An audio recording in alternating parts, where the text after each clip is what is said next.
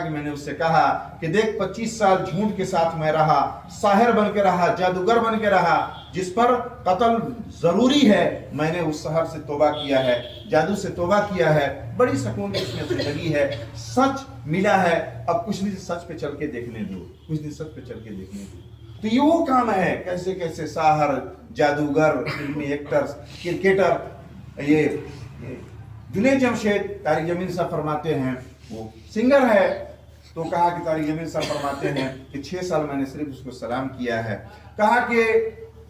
اس نے 4 مہینے لگایا، اتنی لمبی داڑھی اور دین کا کام کرنے لگا، تو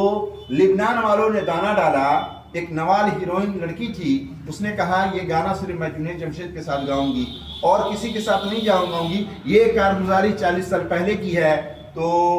جنید جمشید نے کہا کہ یہ 2.5 کروڑ کی پیشکش انہوں نے کی، پیپسی کمپنی تھی، تو کہا کہ اس کے پرچار میں پروگرام ہو رہا تھا، تو کہا کہ 15-20 منٹ کا پروگرام ہے اور 2.5 کروڑ اس کی تم کو معاوضہ ملے گا۔ وہ داڑھی نکالا اور لبنان پہنچ گیا۔ طارق جمیل صاحب فرماتے ہیں 50 وقت میں نے اس کے لیے نماز پڑھی، اے اللہ تو اس کو بچا لے، اے اللہ تو اس کو بچا لے، میں روتا رہا اللہ سے مانگتا رہا، سویا ہوا تھا، کیا بے چینی ہوئی، کیا کہا کہ وہ لبنان سے اٹھا، فلائٹ پکڑا اور امین پہنچا اور آ کر کے ہم کو فون کر رہا ہے کہ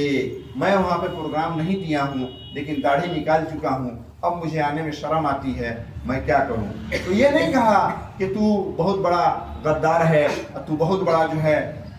فراڈی ہے، تم سے ہم بات نہیں کریں گے، اتنی بڑی داڑھی تو نے نکال دی۔ کہا کہ نا بیٹا انسان سے غلطی ہوتی ہے، تو میرے پاس آ جا، گرتے ہیں شہسوار میدان جنگ میں۔ پھر گیا ہے اور پھر اس نے توبہ کی ہے اور دین کی خدمت کرتے کرتے وہ